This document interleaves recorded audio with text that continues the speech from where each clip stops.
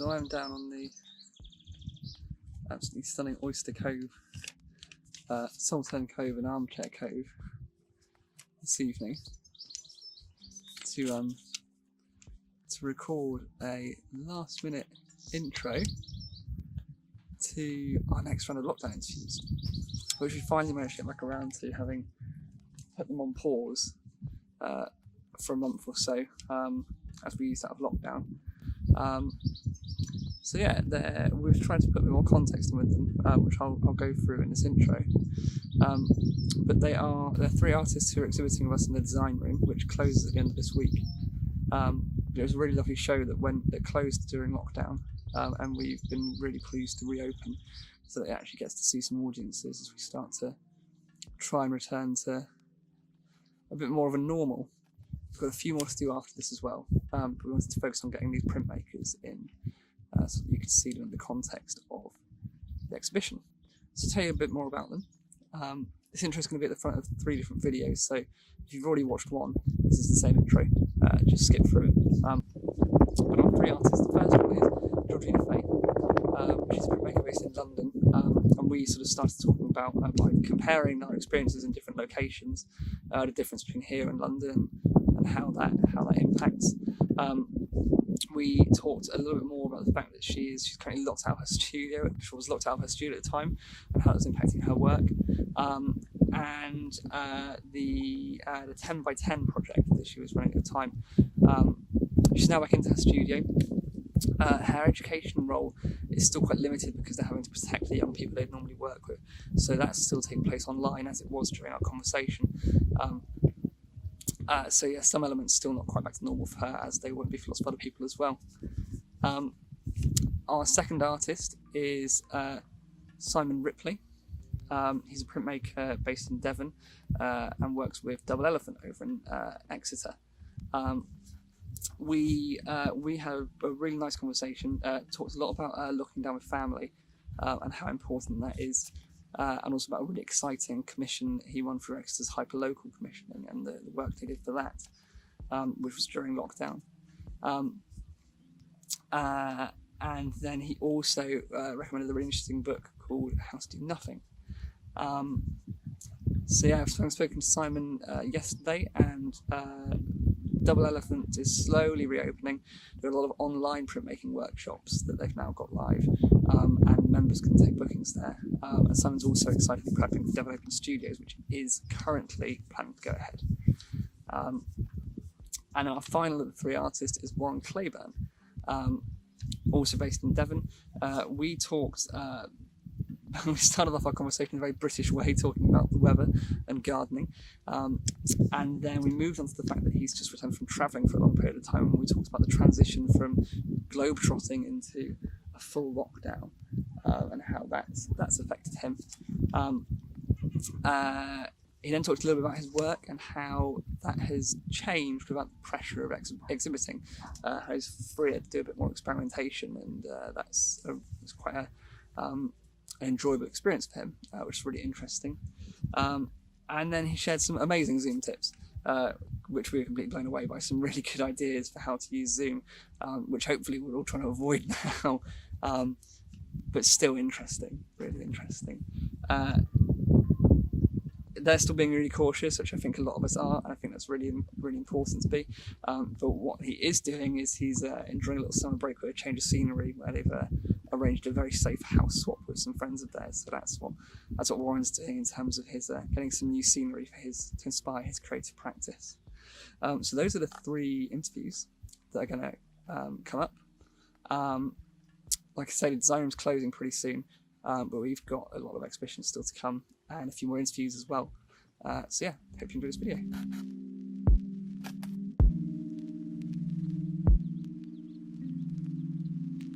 We're very fortunate that we live in a little village, so it's quite, it's not as busy as there's not a high street and shops, so we don't really notice the change as much as we might have done if we lived in the middle of a town.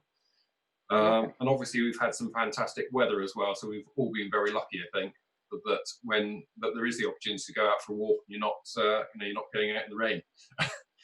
Yeah, absolutely. Until today, it's it's looking a little bit bleaker where I am I today. I'm not sure Yeah, how it I is. think the gardens need a bit of rain as well, though, don't they? So Yeah, they'll make of us course. appreciate the Yeah, sunshine even more. absolutely. And everyone's been gardening anyway, so I think definitely there is a need for it, isn't there? Yes, we'll So all win the beautiful gardens competitions, won't we? exactly. Yeah, more Raising the bar. submissions to. Yeah, absolutely. So whereabouts are you? You're in Devon, aren't you? So just past Crediton, where there seems to be quite a thriving artistic community. So there's a good art centre in the middle of Crediton, Hmm. and there's a number of other artists that I keep in touch with Instagram. Well, yes, everyone's making good use of the technology to stay in touch at the moment, which is good. But nice to hear that there is a strong community element there for arts as well. It's Absolutely. always helpful. Yeah. So you're not struggling for access to places then if there's not so much of a high street where you are, is it? You No, no. So we've got lovely fields and great places for plein air painting. So that's one of my passions. And obviously, wonderful. with the current situation, I don't have the option really of painting outdoors. I guess there are very Hmm. secluded places, so potentially I could do. But what I'm doing at the moment is taking a lot of photographs. So we go for a walk every day, take a lot of photographs, Excellent. go at different times of the day, so I get different light, Hmm. different shadow, and then paint those from the studio really, from a painting point of view. Yeah. It's there's that debate, isn't there? The sort of what is it in terms of when we go outside, what is essential? Um, I think some people who are always sort of saying that well, there's a well-being need, and that maybe painting on plein air would be beneficial, and therefore could be classed as essential, so long as you're not putting anyone at risk. But it's that balance, isn't it? Yeah, that I would be think. my argument. I'm standing there, and in Mm. fact, one of the problems as a plein air painter is that you normally get people standing over your shoulder and breaking your flow. Of Whereas course, obviously yeah. under these circumstances, no one will approach you. So it would be plein air paradise. But I just feel from a responsibility point of view, if everybody decided Yeah, to say of about their course. activity, we'd all be standing around outside. So I feel it's just a little bit safer. Yeah, Uh, absolutely. I'd agree. I think there's an abundance of caution is probably the best option at the moment, isn't it? yes, So absolutely. yeah. So you're isolating with people then. You've got Um, family around you at your I've home. got two grown-up children, and they're not about, but thankfully Okay. in some ways. So it's just myself and my lovely wife. So I do have Wonderful. company, which is really nice and appreciated. Yeah. And we aren't going crazy with each other because we were backpacking for the last 2 years. So we've been used to being with each other for 24 hours a day, 7 days a week, making lots more stressful decisions than we're making at the moment, which is kind of what's for dinner, what's for lunch, and what's for breakfast. I think are the main three decisions we make during the day, We're very much back to the bare necessities, aren't we? I think in terms. which is attractive for an artist because that's really all you want. You just want to eat, sleep, and paint. So if you can get away Yeah. with that, then that's great. So it must be quite a transition though, if you went straight from, or pretty much straight from an extended period of traveling, um, into where we are now. How long was it between your backpacking ending Well, and this we were happening? away for we sold our house and we didn't have a house for 2 years effectively, Wow. and we've just moved in October. I hate to say that there are positive things about the lockdown because obviously people aren't enjoying it, but actually Yeah. we've had the opportunity. When we first moved in October, I thought it was going to be quite a while before my studio got into a usable position. Hmm. But obviously, with all of the time that we've had and no distractions, I've managed to get my studio. It's not exactly how I might want it to be, but I can certainly use it happily to create things in. Um, so it's been since October. That's when we came back after a 2 year extended travel. So So a little bit of interim normality before then. yes, just So. a little bit. It went quite smoothly, actually. Yeah, the whole thing. As I Oh, say, it was cool. just Yeah. getting things organised, and the Cool. isolation period's been great for just focusing on that and getting everything ready to go. And in Yeah. fact, moving the studio up as a priority because, of course, it wasn't a priority originally, but it is kind of a priority now because it gives me something to do. So there is more of a focus on that. art side of things. And it keeps you, yeah. If you're used to more plein air work, then the absence of that, you need a different space to move into, I guess. And yeah, that would be the studio. Yeah, absolutely. Got nice windows and a good view of the garden, so there is an element of plein air, and we do have a garden, Okay. so I can actually paint things around the garden. Although the greenhouse looks quite a tricky subject. Maybe you'll have a very thorough collection to exhibit of your garden by Yeah. the end of this. Well, a couple of my artistic friends and myself have all felt that we should do a painting looking out the window, so one that reflects sort of like the idea of isolation and behind glass, or behind not really behind bars as such, but the glazed bars of the window. Maybe it would be quite an interesting exhibition, that sort of idea of what you were looking at whilst you were in isolation. And it could be imaginative, it could be figurative. But that would be quite an interesting exhibition to hold when we're maybe back to normal. It's really interesting to hear, I think, all the sorts of projects that are being formed now with an anticipation of reaching fruition when we're back to normal, sort of, or normal in inverted commas, I guess, because it's normal is going to look a little bit different. There are opportunities for creating something, and I have noticed that people are being a lot more creative in these times. People that weren't necessarily artistic are turning to art or creativity in other forms. If you just look around the internet, there's a lot of stuff going on, and I think there's some really good positives coming out of it as well, in that families that are spending time together are actually spending the much needed time together, which they hadn't perhaps been doing in the normal world, where we're running about preoccupied with other things. A much greater focus on what's really important, I think. And again, it'll be interesting to see how much that transitions into the new world we occupy after this. Or we just fall back into our old habits. There's hope, isn't there, that we can learn from our mistakes a little bit, perhaps, and just and certainly the relationships that I think family members have made during this time. No, absolutely. So the studio's up and running. Yeah. Are you producing lots during this time? I think with the lack of exhibitions, so I'm not creating exhibition pieces, and I'm not really thinking about exhibitions. Art material seems to be freely available still. As you said, it sort of seems like an essential thing. I sometimes feel a bit guilty ordering art material, but I also want to support shops that are producing things at the moment, because otherwise they might not be there when I come back, when we get back to normal. So I'm doing more experimental stuff. I bought myself some really nice paper, and I am just trying to push my landscapes a little bit further in terms of the colours that I use, the intensity of the landscape, etc. So it's a chance to experiment and have a bit more fun, as opposed to working to have finished pieces necessarily. And there's certainly plenty being produced, and some of them I think would make finished pieces, but they are more kind of sketch related, or not trying to produce something that's finished, but just trying to have as much fun as possible and absorbing myself in the art, the act of creation rather than the finishing. A time for a bit of creative development, and I can get into a routine as well, because of the fact that every day is a little bit Groundhog Day-ish.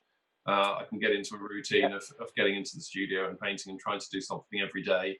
I'm also getting a chance to read a lot more, so reading about other artists and looking at other work and doing more of an analysis on that work. Whereas in the past, that's always been something I'd like to do, but I haven't had the time to do it. That's anyone in particular who's sparked your interest? Not really. I think it's more a case of just finding pictures from any artists, and then assessing kind of where the light and the dark is, where the edges are, those sorts of things. So just looking at how people constructed their images. And is that something you're sort of doing through online platforms and social media to find those artists? And yes. So I'll use something like, I quite often get Pinterest feeds coming through, or I've got an Instagram account, so I get some interesting images through Instagram. And it's not, I think as artists, sometimes you have this problem where you compare yourself with another artist, which I always think is a bad way of doing things. But if you start analysing another artist's work, you can learn a great deal from that without actually criticising your own work in a damaging sort of way. I think that's probably as a really valuable practice at the moment, because it's potentially an option for replacing, if you're an artist who maybe went to a weekly workshop or an art group, you'd have that kind of that critical approach and experience and that technique discussion and that guidance through in that format. So what you're suggesting is potentially something that you can use as a tool to replace that, I think. And it is. yeah, There are also some really good resources online. People have been quite creative, as we were saying earlier on, and there are some places that are offering free tutorials on portraiture. Go to a weekly life drawing class in Crediston at the Arts Centre there, which I really enjoyed. But the online ones are just as helpful. So there's online portraiture where there is actually the portrait, and real time the person is then drawing from that portrait. It has a kind of class sort of format to it.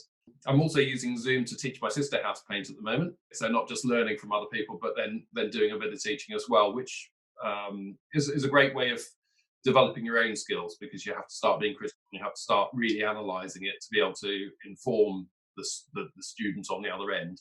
Yeah, I imagine a really valuable way to stay connected as well with your sister at the moment. Yeah. Absolutely. That's from playing with Zoom, I think, and seeing that you can share things on Zoom. So you can put the photograph up and share the photograph on Zoom, so we can both paint from the same photograph. You can annotate the photograph, which is really useful as well. So you can draw lines where you say that's where your brush stroke goes. And I wouldn't have used that had this situation not occurred. So yeah, I think it's that again is one of the positives that hopefully will come out of this. Is I think we will start using technology in much more creative ways, rather than it just being the default use of social media, maybe to post an image or to have an update on there.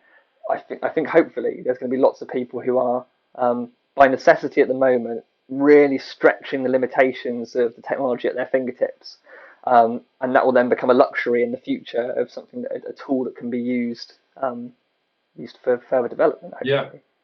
There is, I think, just before lockdown, sort of related to those, the online portraiture that you were talking about. There was BBC Three did Life Drawing Live, didn't they? Which now looking back was quite timely in a way. I think absolutely. That idea of a remote session, they almost proved the concept before it was needed. Yeah, I mean, it doesn't replace things as they used to be. I think there was more of a sense of feeling when you're in a life drawing class and you have the other easel set up and you can see the other artists, and you take a break and then you look round at the other people's work. And that's what you were saying earlier on. You then have someone saying, oh, if you change that line here, or what about doing this here, or I really like this particular element of your painting, and you can incorporate into your own work. And I don't think you quite get that so much on an online event, even if it's live, but it's a good second best.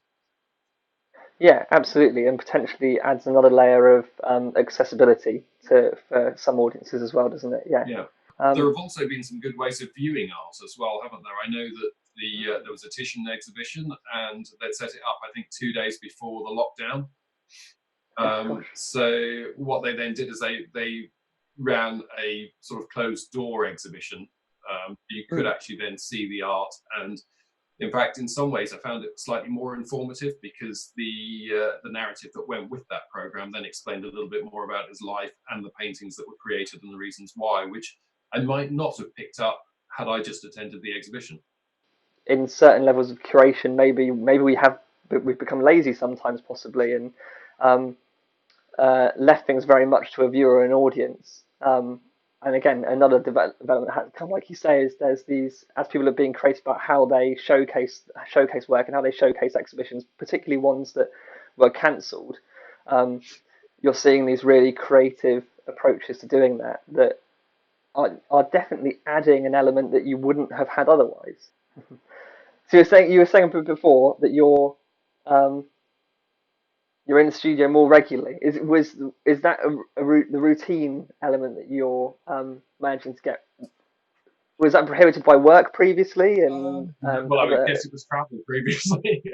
My studio was the plein air, and the fact that actually in a normal day, plein air painting isn't a 10-minute activity. It does take quite a lot of time, especially when you're using something like watercolor, where depending on which country you're in and what the temperature is like, you know, it may take a while to dry. So you need to wait for layers to dry before you can apply more paint, and therefore you couldn't paint every day because some days you're going to be on a bus, or you've got to be somewhere else or do some sightseeing. So Yeah. You couldn't really build up a routine as such. My initial routine was listening to the news a little bit too much, and so now what I do is I tend to listen to the news first thing in the morning just to make sure that isolation hasn't ended and we're all, you know, free to go out, and then head off to the studio with a nice cup of tea. And just get going. And then I find it's quite hard to just leave the studio. Last night it was dark before I exited the studio. It's just so absorbing, and I think it's one of the things that a lot of people who are finding this situation stressful and are listening to the news too much really need to get online, get some art materials, and just find that sort of pace of playing. It's almost like being a child again, because you are just playing with paint and color, and it's just so easy to lose yourself and forget the situation, which I know it's serious and we don't necessarily want to totally forget, but we do need time out from the situation in order to cope with that, I think. I like the thought that you're checking in each morning just to make sure you don't miss the announcement. It'd be awful, wouldn't it? You suddenly realise you've been stuck at home for like 48 hours longer than necessary, and everyone's been... well, as I said, you know, my wife and myself are so cozy with the situation that we could actually probably go for another month without noticing. I do wonder what people's reactions are going to be when it finally is announced that it's there is an end point. What those last days or weeks of lockdown will be like. Yeah, I think that's the other thing. I think the more you are at home and you've got all that time, you do start to think of projects that you can carry out in that space and that time. And as you say, I think when we suddenly get the all clear, you'll think, well, I haven't got through my list yet. Yeah. It's going to be an interesting turning point, I think. There'll suddenly be loads of home improvement projects that are interrupted and left half finished for years to come, maybe. So you were saying, I think, that encouraging people to take up some sort of creative outlet, and you feel that's what's keeping you going to a degree. Is that it's helping you to maybe put things in perspective a little bit and distance yourself from... Well, it does that, but also the time that I've got, we do suddenly have a large amount of time available to us. And I think people then use that time maybe negatively and thinking about how terrible all of this is, whereas actually there have been lots of reports about people saying, look at the birds and look at the drop in pollution, etc. And I really am enjoying the observational time that I have, that I go for a walk almost every day, which I wouldn't have done normally. I go for a walk in the same sort of space as well. So I'm observing the same trees and the fact they had no leaves and now they do have leaves, and the effect of the light on them in different times of the day, etc. So I'm finding it very, very beneficial from an artistic practice point of view. And because a lot of that is about observation. And taking that nature and trying to bring it back and reproduce it in my paintings. So I think if other people take that approach, they too will benefit from the situation. Yeah, I really think so. That is actually a really lovely common thread that has come through these conversations, is that opportunity for observation. Particularly of the natural world, but you know, of the very immediate areas around us. We're all being asked to exist in our immediate vicinity, and it's giving you a much more intimate appreciation of, you know, where we call home. Yeah, and of course for us it is new anyway, because we only moved in October, so there's a lot to explore on by foot. Absolutely, a really nice period of discovery for you of that new location, I'm sure. Are you in that sense? Are you seeing any parallels to when you were traveling? Because I guess that is, in a way, that must have been lots of new experiences, lots of new places, quite frequently. So that must have been quite an observational time as well, maybe. It was. I think the problem with traveling is that you're constantly moving from place to place, so you don't tend to revisit the same place at different times of the day, or through the different seasons. You know, you might be in New Zealand for 3 months, so you see a little bit of seasonal change, but you don't see the full cycle of a year. And certainly, I guess the time of year that this has happened for us, going from winter to spring, is a very big change in terms of the the weather and just the trees and the foliage and all the plants coming to life. So I think being in one place is different from the traveling side of it in terms of observing those changes. I think that's the point you made earlier on. People are stuck with their local environment, and it is that we shouldn't see it as being stuck. We should, well, it depends on where we are, of course. But I'll say at the beginning of this that we're very fortunate that we're in a beautiful village with some lovely views of both Dartmoor and Exmoor. You can see the fields actually changing colour and the crops coming on, and it's quite amazing. We've got a lot of fields that are just filling up with buttercups. So the sort of blue colour flowers are disappearing and yellow flowers are starting to appear. It's almost like these different colours that pop out at different times. Yeah, it's in those. I think because we're all slowing down so much as well. The thing that I've noticed in particular is how quickly that change happens. Yeah, it's something that I think you just when you're rushing around and not really looking, you sort of just it's suddenly there. But you can see the changes day by day, and absolutely. Yeah, as you were saying about the gardening, as people are interacting with their gardens a bit more, hopefully they're seeing that as well. Each plant you can watch it changing on a daily basis in terms of coming to life. So, any other uses of your free time then as well, outside of painting? Maybe are you finding other productive uses? We're avid board gamers. Things actually work remarkably well over Zoom as well. So we tend to go for strategy games, but some of the games that we've been playing things like categories plays very well over Zoom. You can share the card on the screen and then everyone can work from that. And then Pictionary as well, because you have the whiteboard in Zoom and people can take turns of drawing on it. So it's quite interactive. It brings another dimension to a Zoom meeting because it's not just about talking to each other. You can actually all have this space that you can sort of play on. There's some really creative uses of Zoom. Actually, I have to say, I think the categories in particular. I'm quite keen. We had someone suggest Boggle the other day to us. Right. So I think that could work in a similar way. Just get the letters up for everyone. Well, we've actually, because Zoom will also allow you to attach something like an iPad to the machine.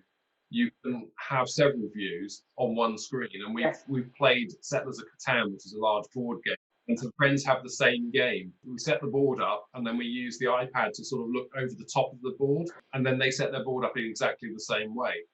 There's some digital variations that are coming up, but I think I prefer that idea of if everyone has the same tools remotely, being able to do that in a very I think, as you were saying before, the trouble is that everything is digital, and what we're trying to do is put something of normality back into that digital process. So I guess that's one of many ways you're staying connected then, because we've said that you've been teaching your sister to paint via Zoom and remote board games as well. Are there any other ways as well? I think there's plenty there, but we do obviously meet people when we're walking as well.